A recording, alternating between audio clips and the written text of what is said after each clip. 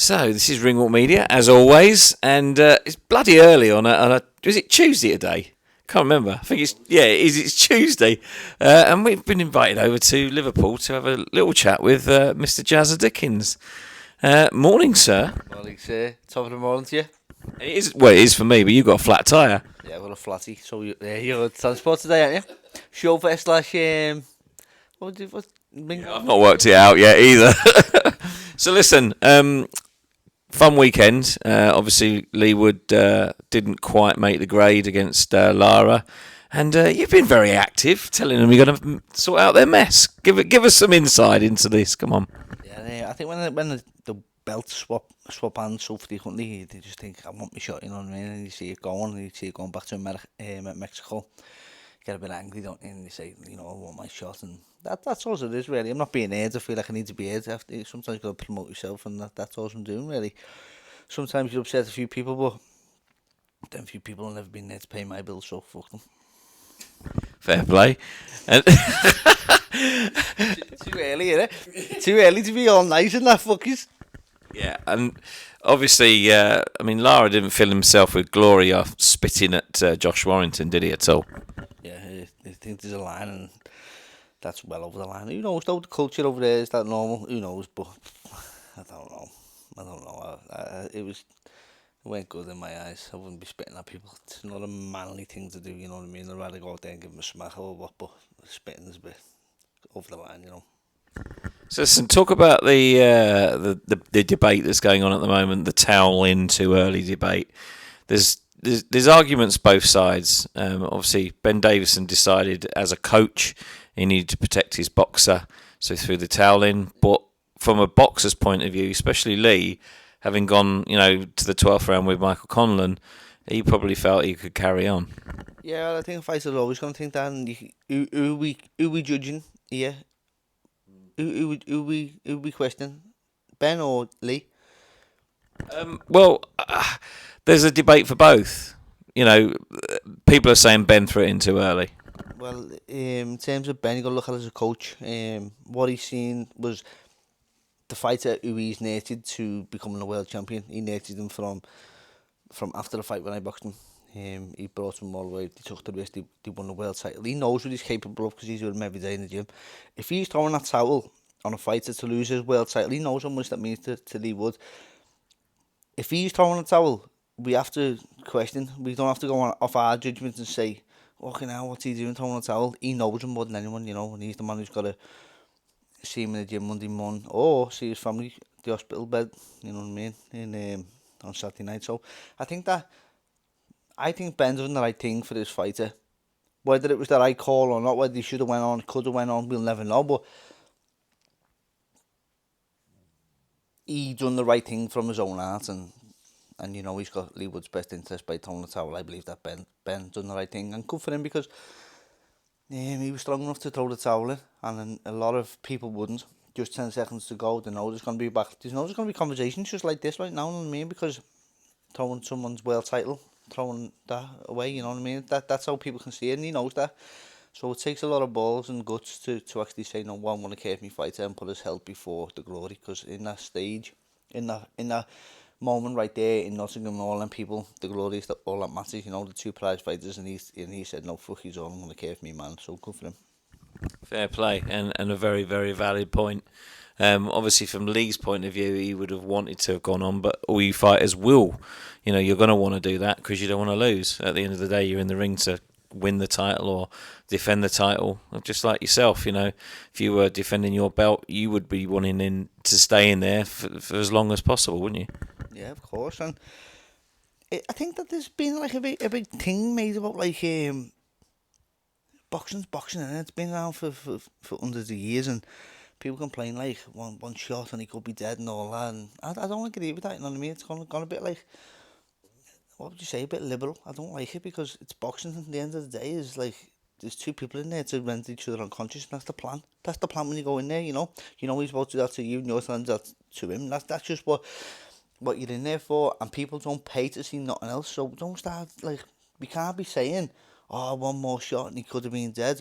But don't support it and don't go if that's the case, you know what I mean? Don't watch it, don't sign up to the television channels if that's going to be the case. this is boxing. I'm not trying to be brutal and barbaric about this. I'm just saying this is boxing. Don't water it down, because there's a lot of fighters who haven't got the skills in this sport, and they need to get off the canvas to win fights, you know.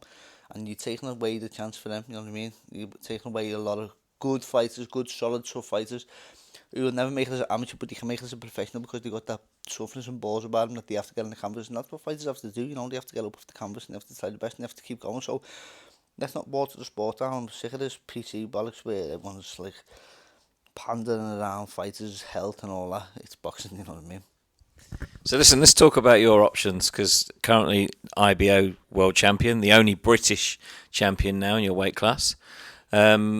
You've mentioned that you'd quite happily go over to Mexico and fight Lara. Is that something you'd really do?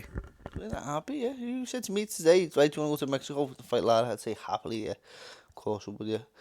Obviously, you prefer it to be at home, you know, but yeah, of course. Why wouldn't I, you know? As I say, it's boxing. It's only me and him in there. That's it. You know, people get brainwashed, don't they, by the media? In any state, any job, any line of work, the news and stuff like that. People just get brainwashed by media. He's not a monster. He's a man like me. He's a small man. He's a small man with slow feet, and that's what I see of him. And he's been a real pain in the arse to the British fighters. Basically, 3 times he's been over here, and 3 times he's, you know, taken away the glory. It's about time someone gave him a bit of a dig and stopped him, isn't it? That's exactly why I've got to be in my bonnet, because I think you little fucker coming over here doing what you're doing, taking the piss. You know what I mean? There's someone going to put a stop to this, and that's why I'm putting myself forward to put a stop to it. A lot of people on the comments online, you know, he doesn't deserve a shot. Some people saying, yeah, Jazza doing with the footwork and all that, but if you don't like it, put me in there. Let's find out. You know what I mean? If I get took out, you're happy, aren't you? You know what I mean? If I get taken out, you've got what you asked for. So let's make it happen. And you know, there are quite a few fights, sort of probably more in your grasp now, because it's been a frustrating time, isn't it? You've had a couple of fights sort of set up and then they've been taken away, but now there's a few more options, surely. Yeah. Who have we got in the mix? There's Michael Conlon, Lee Woods, Josh Wellington. They're the fights that I'm looking for. They're the closest ones to me. See, me, from our point of view, the 2 fights that make the most sense would be Josh Warrington with yourself, although Josh is probably going to go and fight Lee in the stadium fight. And the other one is well, I don't know if he would do it again, but Kiko. Kiko would be a great fight, yeah, of course. Yeah, and if it makes sense for me, you know. I was supposed to fight the man who Kiko was supposed to be fighting now, so I have no problem fighting Kiko, you know. So yeah, happily, as long as there was something for it, you know what I mean. But that's where I'm at in my career right now. What do I why every fight has to make sense, you know. So why would I be fighting them? And have to be for a title eliminator at least. Yeah, and I think, is it WBO that's vacant at the moment? WBO and the WBC's like a bit like that, isn't it? Yeah. So maybe there's something there that could be made with someone like Josh, or even Michael Conlon. I know he turn you down for a fight previously. Well, Michael asked me, do you want to fight? That's a big fight in Ireland, you know. I get stopped walking down the street now and saying when are you going to fight Conlon, because Dublin and Belfast are worlds apart, aren't they? Obviously they're all Irish, they stick together, but I think Dublin people have got a bit of an alliance with Scousers. So you're based there for training as well, aren't you? I've been adopted to Dublin, haven't I? So that would surely be maybe the biggest crowd pleaser. Yeah, they've been good to me, and I don't know if it's just because I'm speaking to these people in face and they're being nice to me, but a lot of people say, lad, when are you going to fight Conlon? Would you fight Conlon? Get Conlon, you know what I mean? And I'm thinking, he's your man, but they're supporting me, so I know that would be a massive fight, Conlon. And I know what, I'd be happy to fight Conlon in Ireland. Do you know what I mean? With the love and support that I get from Dublin. Dublin people come over to Liverpool to watch me box, they always have. And Liverpool could easily get to Belfast. It'd be a great night. The SSE Arena. Yeah. Or even the it's a Falls Park, is it? Mm-hmm. The big arena. So yeah, that'd be a big fight. There'd be no we wouldn't have to do the bollocks. It'd just be an honest fight. It'd be a real fight. You know what I mean? People know what they'd be going for because it'd be a proper fight. It wouldn't be back and forth. This calling out each other crap. It probably might get a bit tasty, but there'd be respect there. You know what I mean? But yeah, there's no reason to not make that fight either. Here's a suggestion. Eddie Hearn's got, I think, 3 of the fighters in the division. Katie Taylor and Amanda Serrano in Dublin on the 20th of May, I think it is. you could be on that undercard. That would be a great world title fight.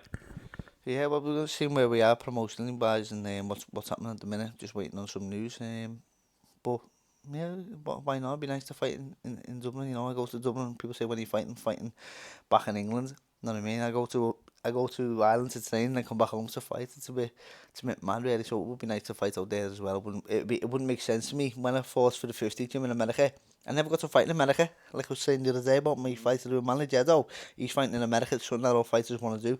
Never got to fight in America, but it'd be a shame if I never got to fight it in Ireland. You know. Maybe you could talk Mr. Lara into fighting in Vegas. Yeah. Mexican Englishman in America. I don't know how much sense it'd make, but yeah. Makes sense to us. We were just like a jolly into Vegas, mate. Yeah, it makes sense for you. What about me? Well, you just got to go and do the boxing, mate. That's what you got to do. Well, listen, it's intriguing to sort of see how this path's going to go, because there's twists and tales all the way through this journey that you've been taken on. I think the options have opened up quite a lot after that defeat from Lee. I mean, maybe even Lee would fight you. It'd be nice, wouldn't it? But will he fight me? You know, will he fight me? I think he's at the maximising his earnings right now. I think that's where he's at. It's obvious to see it. I think that a little bit of passion and hunger has gone from these fights, and it's hard to see as somebody who's a challenger, who's coming up, who wants to fight these people.